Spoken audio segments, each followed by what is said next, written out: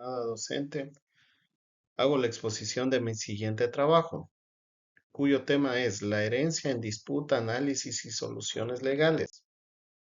Hechos del caso. Don Marco fallece dejando un testamento al que asigna la totalidad de sus bienes a su hijo mayor, Pedro. Sus otros dos hijos, Clara y Luis, descubren que Pedro ejerció manipulación e influencia indebida sobre su padre durante sus últimos meses de vida, forzándolo a redactar el testamento bajo presión. Adicionalmente, se constata que Pedro vendió algunos bienes que pertenecían a don Marcos antes de su fallecimiento, sin contar con la debida autorización de sus hermanos ni de los demás coherentes. Pregunta clave. ¿Qué acciones legales pueden tomar Clara y Luis para impugnar el testamento y reclamar su nulidad?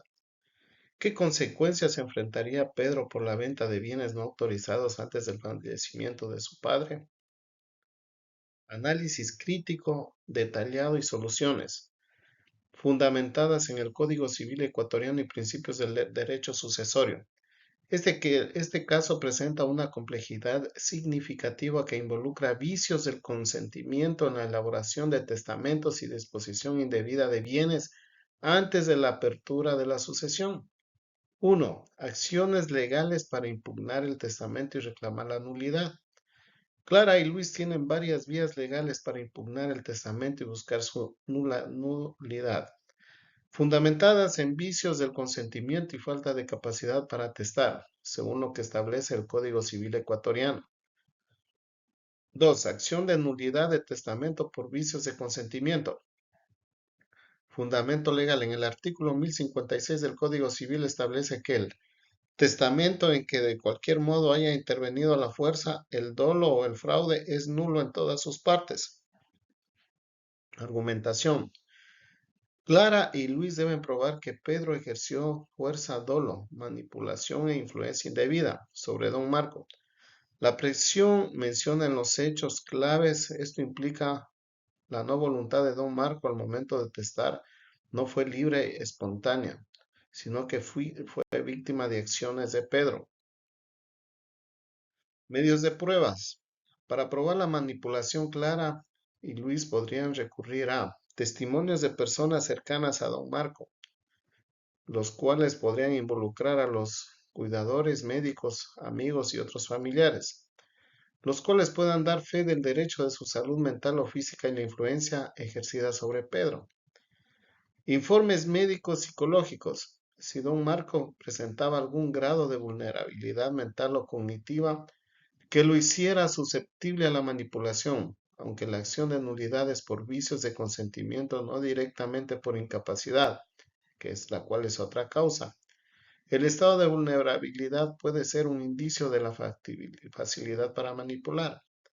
Pruebas documentales, comunicaciones, registros de visitas, movimientos bancarios inusuales o cualquier otro documento que evidencie la presión ejercida por Pedro o el aislamiento de don Marco.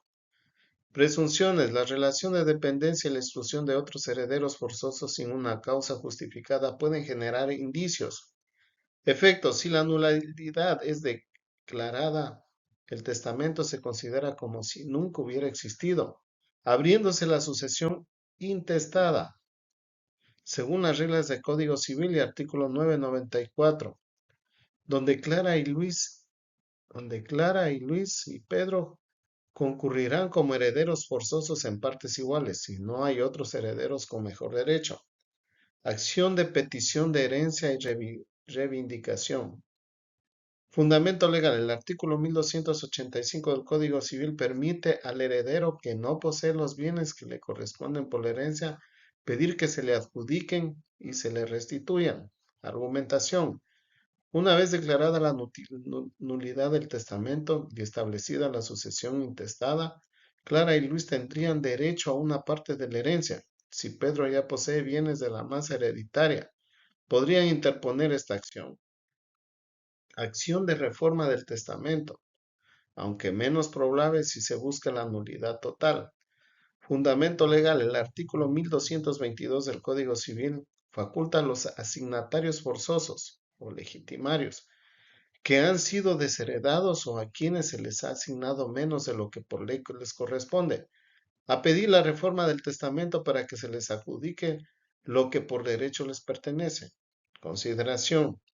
Si la manipulación no fuera suficiente para anular el testamento en su totalidad, pero sí para demostrar que se afectó la legítima, rigurosa, afectiva de Clara y Luis, esta acción sería subsidiaria. Sin embargo, en este caso donde se busca la nulidad total por manipulación, la reforma es una opción secundaria. Técnicas de entrega efectivas. Consecuencias que enfrentaría Pedro por la venta de bienes no autorizados. La venta de bienes de don Marco por parte de Pedro antes de su fallecimiento sin autorización tiene graves implicaciones legales, tanto en el ámbito civil como potencialmente penal.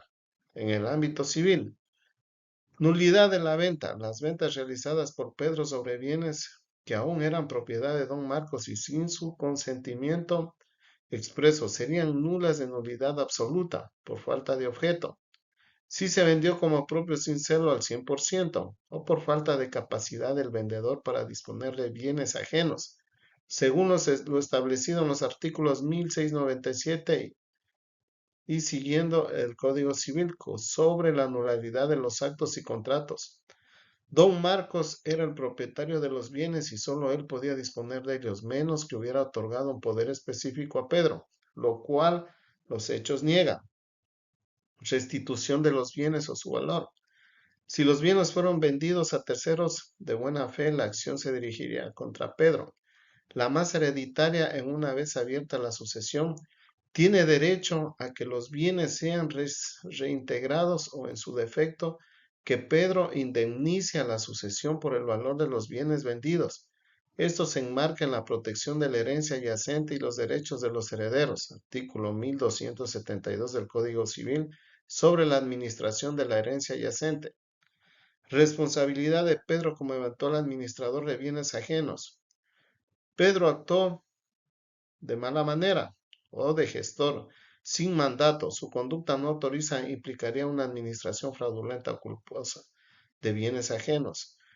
La obligación de indemnizar los perjuicios causados a la masa hereditaria. Pérdida de la calidad de heredero indigno. Posible pero difícil de probar estrictamente este escenario, aunque ya no está explícitamente listada como cual de indignidad en el artículo 1010 del Código Civil. En el ámbito penal, apropiación indebida o estafa. La venta de bienes de don Marcos sin su autorización podría configurar delitos contra la propiedad, como la apropiación indebida, artículo 190 del COIP, o la estafa, artículo 186 del COP, si se demuestra que Pedro con engaño o artificio se apropió de los bienes o causó el perjuicio económico a don Marcos o la futura más hereditaria. Artículo 190 del COIP. Apropiación indebida. La persona que se apropie de un bien mueble ajeno que se le haya confiado o entregado por cualquier título no traslativo de dominio con obligación de devolverlo o restituirlo, será sancionada con pena privativa de libertad. Si Pedro tenía acceso a los bienes por confianza, ejemplo como hijo que ayuda a su padre, pero los vendió con intención de apropiarse del dinero, podría encajar. Artículo 186 del Código Orgánico Integral Penal. Estafa. La persona que en el propósito de obtener un beneficio para sí o para una tercera persona mediante la simulación de hechos falsos o la deformación o ocultamiento de hechos verdaderos, induzca error a otra con el fin de que ésta última realice un acto que significa perjuicio para su patrimonio o el de un tercero, será sancionada con pena privativa de libertad. Si Pedro engañó a los compradores haciéndoles creer que tenía autorización o que los bienes eran suyos, o si engañó a su padre de alguna manera para obtener el control de los bienes y venderlos, podría haber estafa. Consideración importante. Para la persecución penal se requeriría una denuncia o querella específica por parte de Clara y Luis, y la Fiscalía debería investigar si existen elementos suficientes para configurar un delito.